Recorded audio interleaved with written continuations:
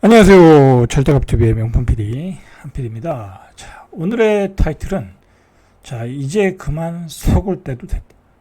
이제 그만 속을 때가 됐다. 그죠? 이제 그만 속아도 된다.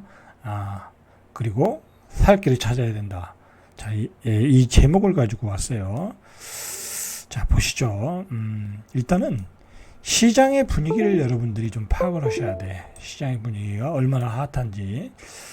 대체로 보면은 이제 수도권까지 확장이 됐잖아요. 근데 이제 좋은 지역들, 그죠? 주거 환경, 교육 환경, 어떤 정주 여건이 좋은데, 뭐 구축이든 신축이든 역세권 그런 데는 지금 불장이다. 불장이다. 라고 보시면 돼요. 라고 보시면 되고, 전체적으로 실거주도 당연히 이제 실거주가 주도를 하겠죠. 그죠? 실거주가 주도할 것이고, 두 번째로, 갭 투자도 분명히 있는 것 같고요. 갭 투자도 있는 것 같고, 자, 결정적으로, 지방의 투자자들이, 서울로 몰려오고 있다. 이제, 그건 통계가 나와봐야 알아요. 얼마나 이제, 외지인들이 얼마나 됐는지. 지금은 지방에 투자할 데가 없잖아요. 그죠? 오히려 빨리 돼야 되기 때문에 지방에 있는 사람들이 마음이 더 급해졌다. 자, 그런 세 가지의 수요가 몰리고 있다. 라는 거죠. 자, 오늘 신문에 이런 기사가 나왔어요. 서울시 아파트 실거래 전수 분석을 하겠다. 이제 좌파 정권에서 이 전형적으로 하는 이제 스타일이죠. 이제 시장이 뜨거워질 때 실거래를 분석해서 투기 수요를 잡아나겠다라는 거죠. 그죠? 그래서 불법 대출을 받았는지, 그리고 증여를 받아서 사는 건지, 지방에 있는 사람들은 자기 자식 아들 사줄 때, 대부분이 증여로 사주잖아요. 우리 때도 그랬어요, 옛날에. 그죠? 땅 팔아가지고 자식 집 사줬어요. 그때는 잘 안 걸렸는데 요즘은 걸리잖아요, 그게. 그런 거 전수조사하고, 그리고 갭 투자가 얼마나 일어나는지 정밀 추적하겠다. 근데 이게 문제인가 이게 좌파 정권은 이게 문제야. 아니 갭 투자가 불법인가요? 그죠? 불법 아니잖아요. 그리고 전세 끼고 집 사는 게 불법 아니잖아요. 그죠? 물론 불법으로 증여하는 거는 문제가 있죠. 그건 잡아내야 되는 거고. 어쨌든 일단 강한 조치를 내리기 전에 시장 상황을 파악하겠다라는 거죠. 자, 그렇다는 거고.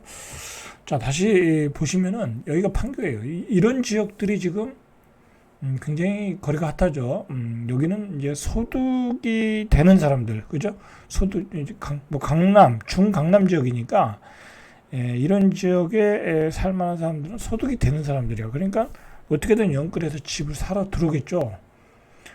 또 이런 고급지라고 생각하고, 자, 보시면은 판교 삼평동의 붙들마을 3단지야.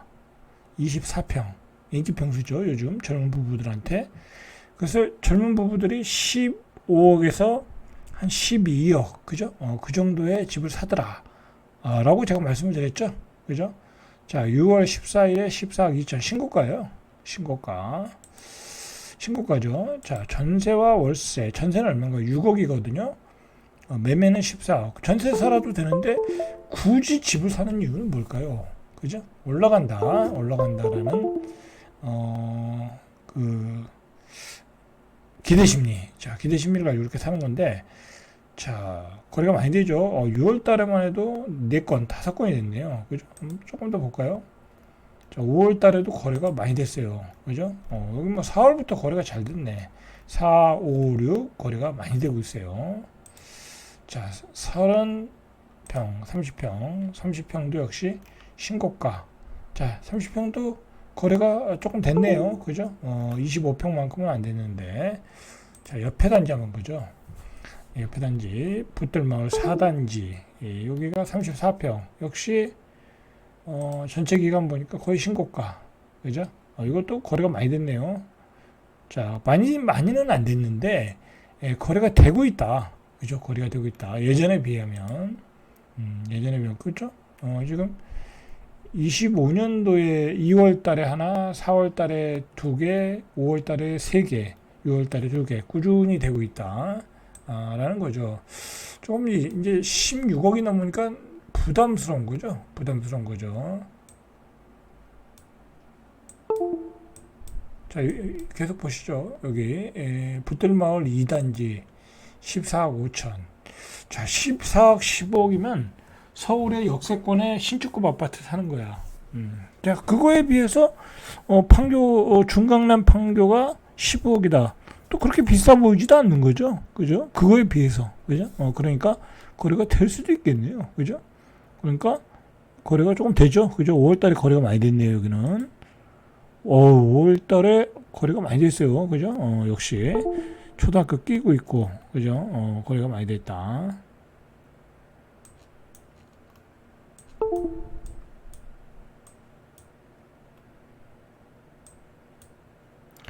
자, 여기 한번 보시죠. 비싼 아파트 같은데 판교 푸르지오 그랑블 아파트 이런 데는 역세권에다가 뭐 백화점도 가깝고 하니까 역시 36평짜리 볼까요? 36평짜리는 얼마야? 5월 달에 하나 거래야 되는데 28억 신고가. 그죠? 너무 오르니까 거래가 안 되네. 그죠? 너무 많이 오른다. 그죠? 자, 그 다음에 백현마을 5단지 33평 18억 7천. 그죠? 다 신고가네요. 그죠? 신고가. 자, 여기도 33평 22억. 그죠? 역세권 가니까 판교도 한 22억. 거의 과천 가격이죠? 과천 가격. 자, 백현마을 역시 신고가. 그죠? 다 신고가에 다 신고가. 자, 판교도 거래가 솔찬치 않게 되고 있다. 파악하셨죠? 자, 그 다음에 이제 우리가 뭐 과천은 볼 것도 없죠. 과천은 자, 과천 유보필드 신고가. 자, 5월 달에 거래 많이 됐죠. 그죠? 6월 달에 아직 거래가 안 되네요. 자, 5월 달에 거래 많이 됐고. 레미안 슈루 여기 20억. 그죠? 판교 거의 비슷하죠, 가격이. 신고가. 여긴 거래가 많이 되네요. 그죠? 거래가 많이 됐어요. 5월 달에 거래가 이건 몇 건 된 거야? 그죠? 5월 달에 거래가 많이 됐어요. 그죠? 뭐 10건 이상 됐어요. 자, 10건 이상 됐어요. 뭐 역세권에다가 별로 여기 초품하네. 그죠? 초등학교 가까우면 항상 거래가 잘 되네요. 그죠? 자, 여기 과천 자이. 예, 여기도 신고가 23억 거래가 많이 됐죠. 그죠? 많이 되고 있어요. 자, 과천도 이렇게 뜨겁다. 이게 도대체가 어디서 이렇게 돈들이 생겨서 거래가 되는지 아직 잘 모르겠어요. 잘 모르겠어요. 이게 이제 어디다 투자를 해가지고 어디서 투자를 해가지고 뭐 두채 셋째 있던 걸 정리해가지고 한 채로 가든지, 그죠? 아니면 뭐 주식을 정리하든지, 그러든지 뭐 그렇게 해서 가격이 올라오는 것 같아요. 자, 그 다음에 평천을 보세요. 평천 이 범계역 주변에. 자, 여기도 요즘 거래가 좀 많이 된다고 그래요. 그래서 제가 한번 서핑했는데 아직은 신고가를 막 강하게 뚫는 추세는 아니에요. 그죠? 고점 근처에서 거래가 되고 있어요. 5월달에 거래가 좀 됐죠. 작은 평수니까 뭐. 그 다음에 호계동의 목련 두산. 자, 뭐 요거는 거래가 참 많이 안 됐네요. 자, 이쪽에 인기 아파트 같은데, 그죠? 여기 이쪽에 학원가잖아요. 향천 롯데 아직 신고가는 안 찍었어요. 6월달, 5월달에 거래가 꽤 됐죠. 많이 된 거예요. 다른 달에 비하면. 그죠? 거래가 되고 있고. 그 다음에 현대오차도 여기 거래 많이 되네요. 그죠? 6월달에. 자, 이런 지역까지 이제 거래가 번졌다. 그걸 설명해 드리는 거예요. 평수를 보세요. 이게 93년도 33년 차 용적률 200%. 뭐 재건축을 기대할 수는 없죠. 그죠? 용적률이 200%니까. 그런데 33년 차를 12억 줘야 돼. 12억이 이제 아주 노말 가격이 돼버렸어. 노말한 가격이 돼버렸어요. 그러니까 이제 평균적으로 이제 서울 수도권에서 12억 없으면 좀 살만한 집은 못 산다. 그렇게 생각하시면 되겠네요. 그죠? 자, 여기가 평천동 초원 2단지 대림 아파트. 거래가 많이 됐네요. 여기 거래가 많이 됐네요. 그죠? 5월 달에 이거 뭐, 열 몇 건이 넘네요. 그죠? 열 몇 건이 넘으면서 10억대까지, 그죠? 10억대까지 거래가 많이 됐다. 자, 그 다음에, 여기가 초원 1단지 상원. 여기도 당연히 거래가 되겠죠. 그죠? 단지는 조그마니까, 적당히 거래가 됐고. 자, 여기, 대원 아파트. 이건 뭐 거의 신고가네요. 그죠? 거의 신고가네요. 그죠? 신고가. 거래가 조금씩 살아나고 있고. 자, LG 아파트. 여기 32평 8억, 9억. 그죠? 9억. 자, 거래가 조금씩 살아나죠? 자, 살아나고 있어요. 아주 뭐, 인기단지 외에는 뭐, 거래가 엄청나게 늘어나는 건 아닌데, 거래들이 살아나고 있어요. 살아나고 있어요. 자, 좀 외곽 떨어진 데는 아직 거래가 안 돼요. 그죠? 외곽 떨어진 데는 거래가 안 된다.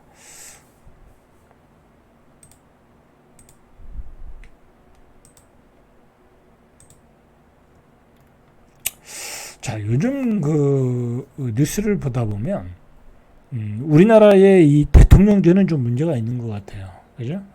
뭐, 이제 과거서부터 이제, 그런 게 계속 이제, 문제점을 이제, 만들어 왔고, 뭐, 지난 그 윤석열 정부 때 그게 이제 그 문제점이 막, 의외로 다 드러난 거죠. 그죠? 뭐, 대통령이 그냥 뭐, 하자고 하면, 다 그대로 하다가 그냥 뭐, 제어가 안 됐잖아요. 그죠? 윤석열 정권에서는 제어가 안 됐잖아요. 그 사람은. 제어가 안 되니까, 결국, 친위 구태타 일으켰다가 쫓겨난 거 아니에요. 그죠? 그런 문제가 있었는데, 저는 요즘 그 이재명 그 대통령 시대에도 보니까, 이 대통령제잖아요. 이재명을 뭐라고 하는 게 아니라, 그, 그 대통령제에 문제가 있는 것 같아요. 우리나라는요, 그냥 대통령이 뭐라고 하면 찍소리도 못해. 그죠? 찍소리도 못해. 뭐, 예를 들어 요즘 뭐냐, 그거, 뭐, 그, 기본소득, 뭐, 그거 뭐 푼다고 그러잖아요. 돈을 풀어가지고, 내수를 부양한다. 뭐, 그런 얘기도 반대하는 사람도 없어. 야당만 반대하고. 그리고 우리나라는 이렇게 보면, 장관의 목소리가 없어. 그죠? 아니, 뭐, 국토부 장관이면 뭐, 자기가 나름대로 얘기를 해야 되잖아. 그죠? 발언을 해야 되고. 보건복지부 장관이면 뭐 보건복지부 장관 말을 해야 되는데 우리나라의 장관들은 아무 얘기도 못해. 그죠? 대통령 입에서 떨어져야 돼. 만약에 무슨 말을 하면 그게 대통령의 뭐랄까요 권한을 침해한 그게 되는 것 같아요. 그러니까 우리나라는 이게 안 되는 거야. 그러니까 막 대통령이 하자는 대로 해야 되는 거야. 참 문제가 있는 것 같아요. 제가 보기엔 막 미국은 안 그렇잖아요. 막 싸우고 내각과 대통령이 막 그 장관과 대통령이 싸우고 아이 사표 내고 나가고 그죠? 알란 머스크와 대통령도 싸우고 눈탱이가 밤탱이가 되고 막 그러잖아요. 알란 머스크가 어디서 맞았는지. 자, 그러니까 우리나라는 국무총리도 뭐 별로 있으나 마나야. 그죠? 아니 뭐 대통령의 입에서 나오지 국무총리 입에서 나오는 게 별로 없잖아요. 그죠? 그냥 뭐 그냥 이 경력만 쌓고 나가는 것 같아. 그죠? 대통령 마음 먹은 대로 되는 나라. 그러니까 뛰어난 대통령을 만나면 상관없는데 능력 없는 대통령 만나면 국민들만 고생하는 것 같아요. 그죠? 그런 문제가 좀 있어요. 자, 그런 문제가 있다. 내수를 살린다고, 그죠? 우리 이제 돈을 풀잖아요. 돈을 푸는데 이게 어디 예산에 뭐 일정한 예산이 정해진 데서 이렇게 빼는 거잖아요. 그죠? 빼는 건데 그러니까 뭐 줄이고 그 새로운 예산을 만들었을 거 아니에요. 이제 올해 보니까 뭐 GTX B 예산도 41% 싹둑 자른다고 그러고요. 정부의 SOC 사업도 감액한다고 그러고 그런다는 거예요. 이제 주로 이제 사업을 줄인다는 거죠. SOC 사업을 줄인다고 줄이고 그걸 추경으로 잡아서 우리 뭐 이제 용돈 쓰라고 10만 원, 25만 원 주는 거잖아요. 자, 근데 그게 문제가 있어요. 그렇게 주면은 우리는 가서 외식을 하고 뭘 살 수 있어서 즐거운데 중요한 건 그 돈이 결국은 다 부자들한테만 들어가요. 부자들한테 들어가는 거야.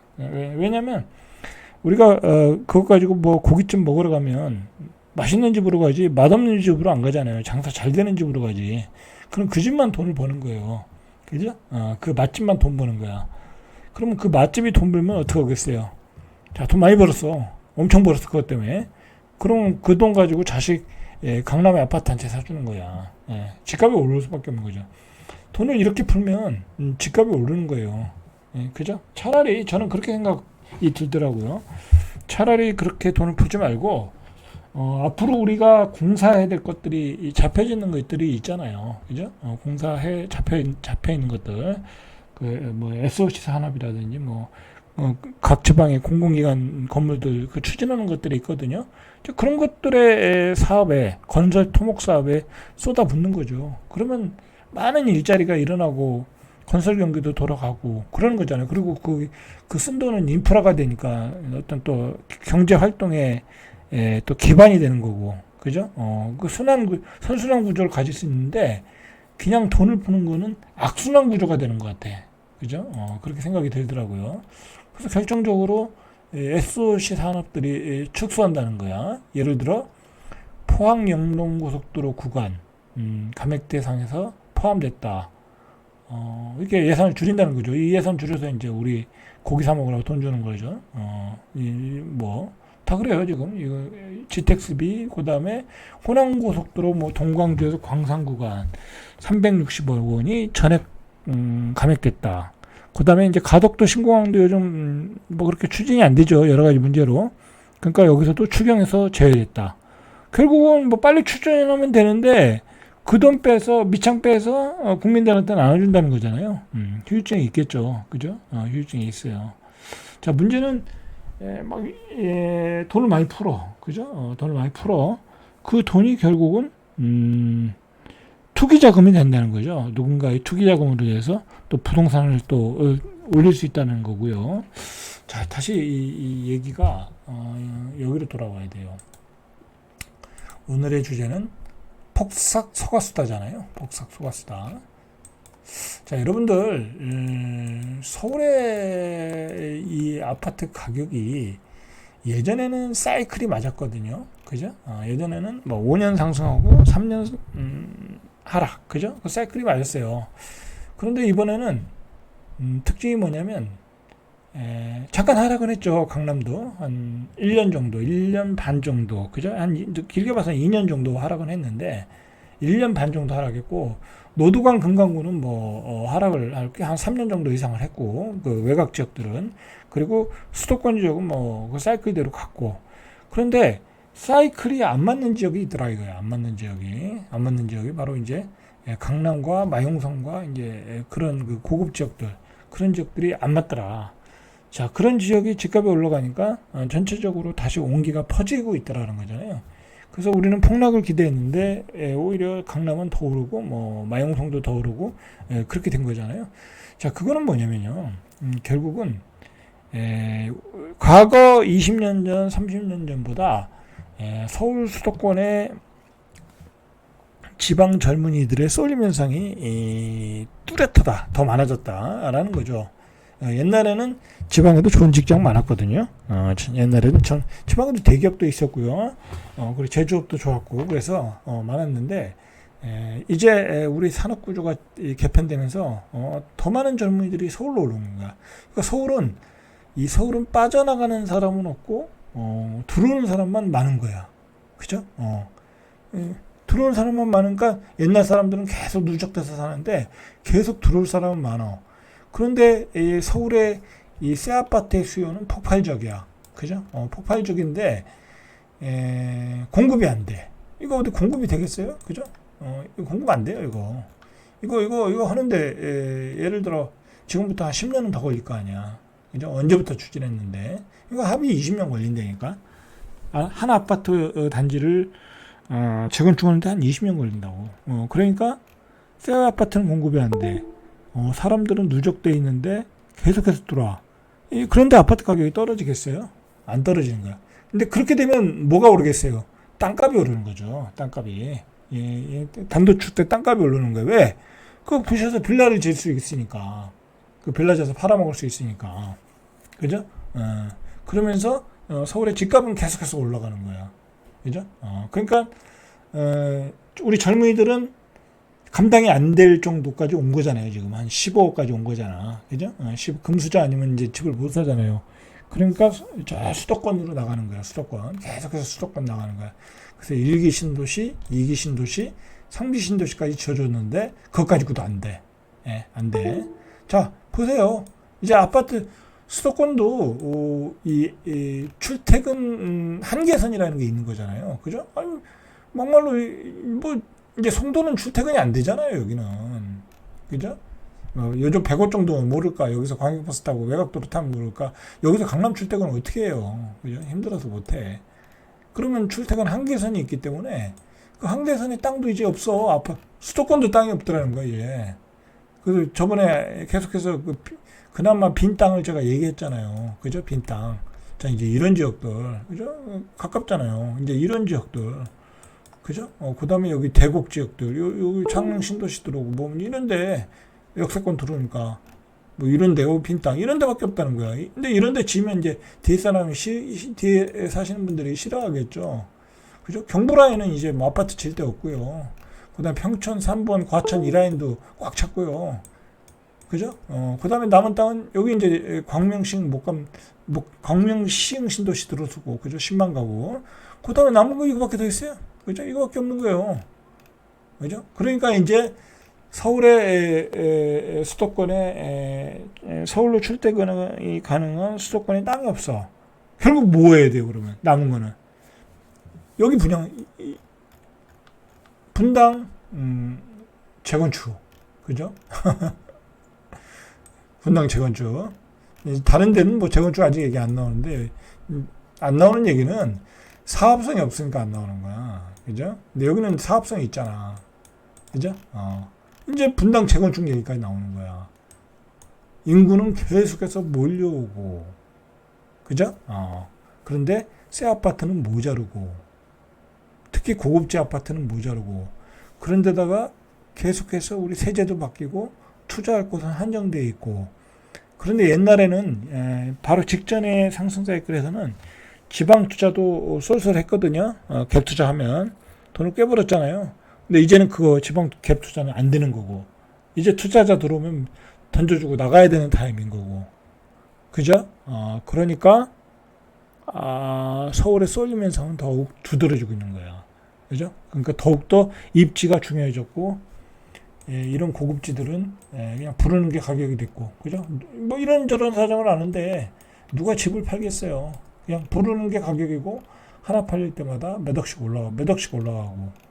그러니까 여러분들, 제가 오늘 주제가 이제 그만 속읍시다. 그죠? 우리가 정치인들한테 기댈 필요가 없어요. 이런 상황에서, 뭐가 앞으로 더 좋아지겠어요? 뭐가 개선이 되겠어요? 그런데다가 이재명 정부는 계속해서 돈을 풀겠대.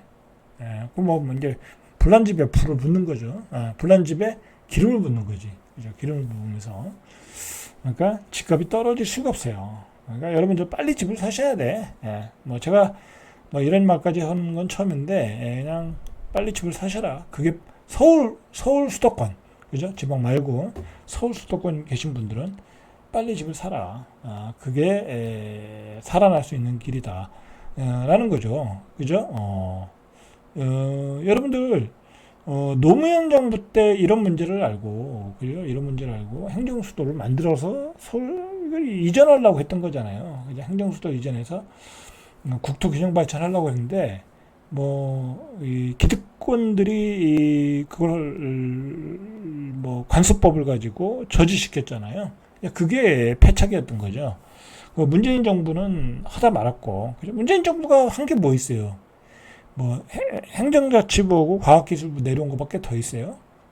하나 한 거 없어요, 그 사람. 내가 보니까. 하나 한 거 없고요. 이재명 정부도 별로 하는 꼬라지를 보니까 별 볼 일 없고. 아니, 그 사람 지역균형 발전한다고 지금 내는 거 보세요. 안 돼요. 그리고 이재명 시대에는 이미 지역은 다 쇠퇴로 갔어. 경기도가 이렇게 커지면서요. 이 경기도가 공룡이 돼버렸거든요. 서울은 이제 너무 밀도가 높아진 초밀도 지역이고, 경기도는 공룡이 돼가지고 이제 여러분들 지방은 대소멸로 돌아가는 거야. 아니, 이제 경기도가 다 살기 좋은 환경으로 만들어졌거든요. 어딜 가도 살기가 좋아. 경기도도. 경기도에만 살아도 여기 안양 평촌에 살아도 좋고요. 분당에 살아도 좋고요. 심지어 동탄도 좋아요. 그죠? 용인 수지는 말할 것도 없고 집이 좀 썩다리야지. 수원도 좋아요. 그러니까 서울 지방 사람들이 지방에 살 이유가 없어졌어요. 젊은이들 입장에서는 내가 앞으로 결혼해서 여자를 만나기도 어렵고 지방에 살면 서울에서 결혼해서 살아야 돼. 서울 경기도가 좋은 거야. 근데 서울 경기도의 집값은 폭등을 해. 그죠? 폭등하고 월급으로 안 돼. 취업도 잘 안 돼. 그럼 결국 걔들은 이제 하류 인생으로 가는 거야. 취업 못하고 부모님으로부터 재산도 못 물려받고 집을 사는데 도움도 못 받고 하면 결혼 포기 하류 인생으로 가는 거야. 이제 막 하류 인생들이 속출하는 거야. 그게 다 서울 수도권의 몰빵이고요. 우리가 노무현 정부 이후로는 그거에 전혀 관심이 없다. 제가 보기엔 이재명 정부도 마찬가지 관심 없어요. 이재명 정부도 관심 없고, 이재명 정부는 서울 경기도를 더 크게 만들려고 하는 사람이야. 그리고 민주당의 정책 자체가 경기도를 크게 만드는 거야. 왜? 경기도는 자신들의 표밭이거든. 그러니까 경기도를 계속해서 키우는 거야. 그럼 경기도가 가져가려면 어떻게 돼요? 지역에서 젊은이들이 계속 올라오는 걸 막을 필요가 없겠죠. 그죠? 막을 필요가 없는 거야. 그래서 이제 그 사람들한테 더 속을 필요가 없다라는 거야. 그러면서 지역균형 발전에 대해서 생색은 내야 되고 표시는 내야 되고 하니까 세종에 있는 해양수산부나 밑으로 내려보내고 아니 세종에 있는 해양수산부를 거기다 왜 내려보내요? 그죠? 왜 내려보내냐고. 일부러 모아놓은 건데 국회도 내려오는데 왜 내려보냐고. 그게 역행하는 거지. 지금 제가 아는 해양수산부 다니는 직원이 그러는데 60% 이상은 이직을 준비하거나 다른 부서로 이직하거나 아니면 사표를 낼 수 있다라는 거야. 나이가 차신 분들은 사표 내도 되거든요. 왜냐면 거기 가서 사는 것보다 거기 가서 살면 또 뭐 이제 숙식비가 들 거 아니에요. 그러니 차라리 그냥 연금 받는 게 더 낫겠다. 뭐 그런 사람들도 있다는 거야. 자, 어쨌든 그런 식으로 그냥 표시만 내는 거야, 지방은. 그런 사이에 서울 수도권은 다 커져가고 있고 지방은 대소멸하고 있고. 그러니 이게 집값이 떨어지겠습니까? 제가 그래서 수도권에 이제 서울은 사기 어려워졌으니까 수도권에 6억대 아파트 신축급 출퇴근이 가능한 지역 서울로 특히 강남 지역으로 출퇴근 가능한 지역은 빨리 가서 살아. 매수세들이 왜 붙고 있다라고 설명을 드렸으니까 실제로 그 뒤로 지금 요즘 최근에 보면 입지가 좋은 지역들 그리고 새 아파트 신축급 아파트는 거래가 엄청나게 되고 있어요. 그죠? 그러니까 여러분들 서울 수도권은 앞으로 가격이 일단 떨어지지 않는다. 그렇게 보셔야 돼요. 그렇게 보시고 그리고 결정적으로 물가가 계속 올라가잖아. 그리고 돈은 계속 불잖아. 그죠? 이재명 정부에서도. 자, 그런 의미에서 잘 준비하셔가지고 내 집 마련 하시길 바랍니다. 절대값TV의 명품 PD 한 PD였습니다.